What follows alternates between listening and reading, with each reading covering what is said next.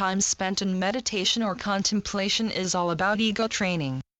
September 8, 2013. Here in the spiritual or non-physical realms we are always happy, content, at peace, and in joy, but now you could describe us as being euphoric as we observe the fantastic progress you are making in releasing the remaining aspects of yourselves that no longer serve you as the moment of your awakening approaches. That moment truly is far closer than most of you imagine, for you are on course and precisely on your divinely arranged schedule, and joyful euphoria awaits you.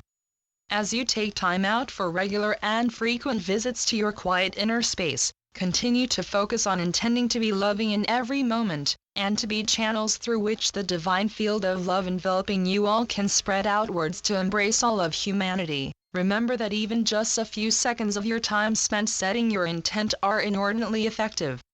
What you intend occurs, always. However, you do not always see your intentions very clearly, and therefore you are quite often surprised by unexpected events. Your life paths and the events that will meet you on them were very carefully planned and orchestrated before you incarnated, but once you are born into this human life your egos become increasingly influential, and the desires and inclinations that they choose to follow frequently interfere with the intentions of your true selves. Your egos are very necessary aspects of your lives as humans, but too often they succeed in distracting you from your spiritual intent, which is why we, your spiritual guides, mentors, and guardian angels, keep reminding you of the importance of taking time out to go within and reconnect with your spiritual center. That time spent silently and at peace in your quiet, interpersonal space is essential in the training of your ego so that it may align with your higher mind and become a cooperative flow of energy instead of a distracting one. It is a little like a child that needs constant acknowledgement and confirmation as it grows so that it can develop fully into the wise and loving adult human being that its parents are hoping it will become. Time spent in meditation, contemplation, or reflection is all about ego training, and if you enter that quiet inner space with enthusiasm, loving intent, and self-acceptance, as opposed to negative self-judgment that you focus severely on your seeming inadequacies, you will find your ego, like an excitedly expectant child, cooperating very willingly. A human life in the illusion is a very difficult undertaking. Originally, at the moment of apparent separation from your divine source, you were one, seeking a different experience or expression of consciousness, and you did this by the separation, by the splitting off of yourself into myriad individual conscious entities, each with free will. Your true one-self desires to awaken, but to do so it must bring all the myriad individual entities, each an essential and irreplaceable part of itself, along with it. Your true one mind, the only child of God, has a will that is one with God's, that is totally in alignment with the will of God. On earth, within the illusion, all those individual entities with free will need to bring those individual wills into alignment with each other, with the true self that you are all a part of. Love is the divine, creative field of infinite energy in which all exists. It is all there is. There is nothing outside it because there is no outside, and anything that is not in perfect alignment with it is unreal.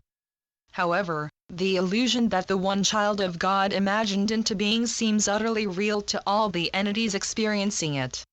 Awakening is the release of the imaginary, of the unreal, which is anything, any aspect of an entity that is not completely in alignment with love.